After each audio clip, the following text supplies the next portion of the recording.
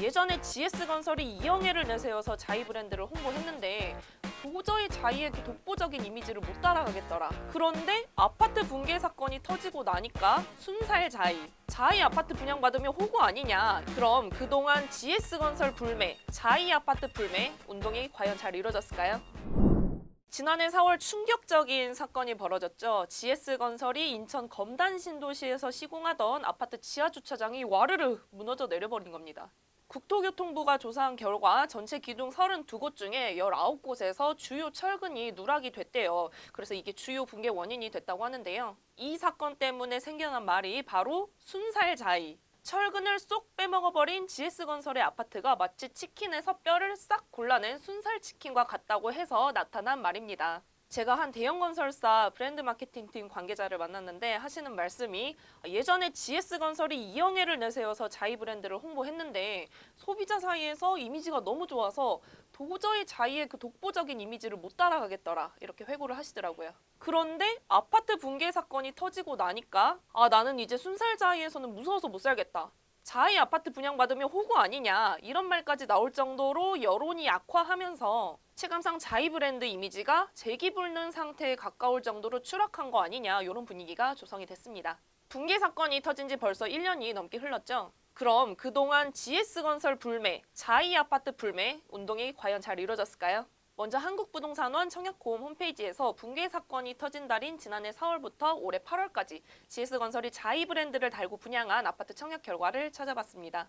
지난해에는 17곳, 올해에는 16곳 합해서 총 33개 단지가 분양을 마쳤는데요. 지난해에는 1순위 청약 경쟁률에서 1대1을 못 채운 단지가 북천안 자이포레스트 2차 딱 한 곳밖에 없었습니다. 그러니까 순살자이라는 조롱이 숨쉬듯이 나왔는데도 수요자들은 여전히 자이 아파트를 선택했다는 겁니다. 굉장히 의외의 청약 결과죠. 일본 불매 운동과 좀 비슷한 것 같기도 합니다. 올해에는 청약 미달난 아파트가 대전의 문화자이 SK뷰, 그리고 경기 이천의 이천 자이더랩브, 인천 송도의 송도자이 풍경채 그라노블 3단지, 4단지 총 4곳으로 좀 더 많기는 한데요. 2월 서울 서초구 잠원동 메이플자이가 전용 43에서 59제곱미터 소형주택만 분양했는데도 평균 경쟁률이 무려 442대 1을 기록한 점. 또 7월에는 서울 마포구의 마포자이 힐스테이트 라첼스가 평당 5천만 원으로 강북권 역대 최고 분양가, 34평 기준 16억에서 17억 원에 분양해서 고분양가 논란이 엄청나게 거셌는데도 250가구를 분양하는데 4만 명이 넘게 몰리면서 경쟁률이 163대 1로 청약 마감한 점을 고려하면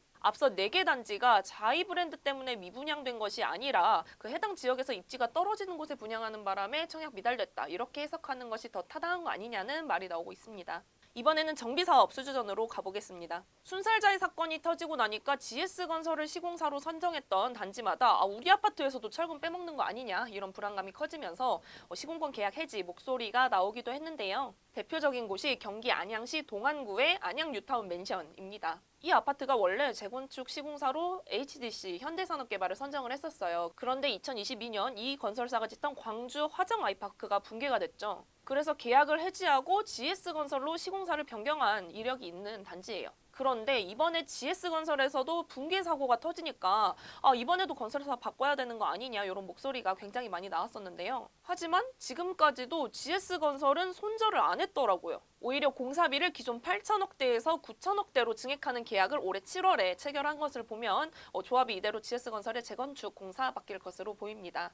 GS건설이 도시정비사업 부문에서 새롭게 수주해낸 현장들도 적지가 않습니다. 지난해 수주액 보니까 1조 5,878억 원으로 집계가 되는데요. 2022년까지만 해도 7조 원이 넘었던 거하고 비교하면 거의 5분의 1 수준으로 크게 줄어들기는 했어요. 그런데 이거는 업황 영향이 더 큰 것으로 보입니다. 현대건설, DLENC 등 다른 대형 건설사들도 수주액이 3분의 1 수준으로 감소했거든요.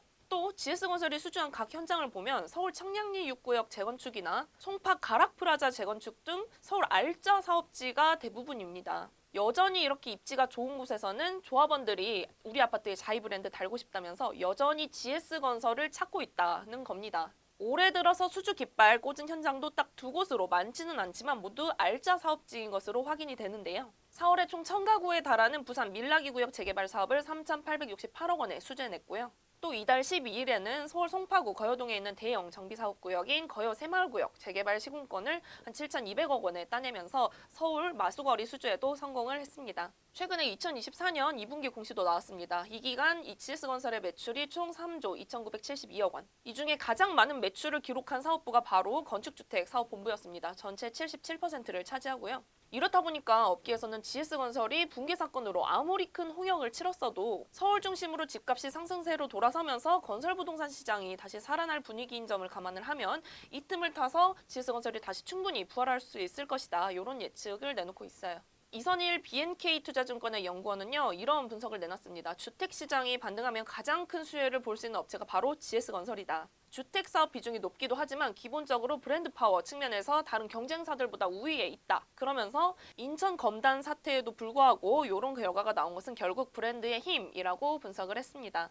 현재 GS건설이 자이 브랜드 이미지를 개선하기 위한 리뉴얼 작업에 착수를 했다고 하는데요. 아직 구체적인 방향은 나오지 않았습니다. 그렇지만 아파트가 붕괴하는 초유의 사태가 발생을 했는데도 여전히 소비자들이 자이 아파트를 선택하고 있는 점을 감안하면 GS건설이 굳이 큰 비용을 들여서 리뉴얼 작업 안 해도 되는 거 아니냐 이런 우스갯소리가 나오고 있습니다.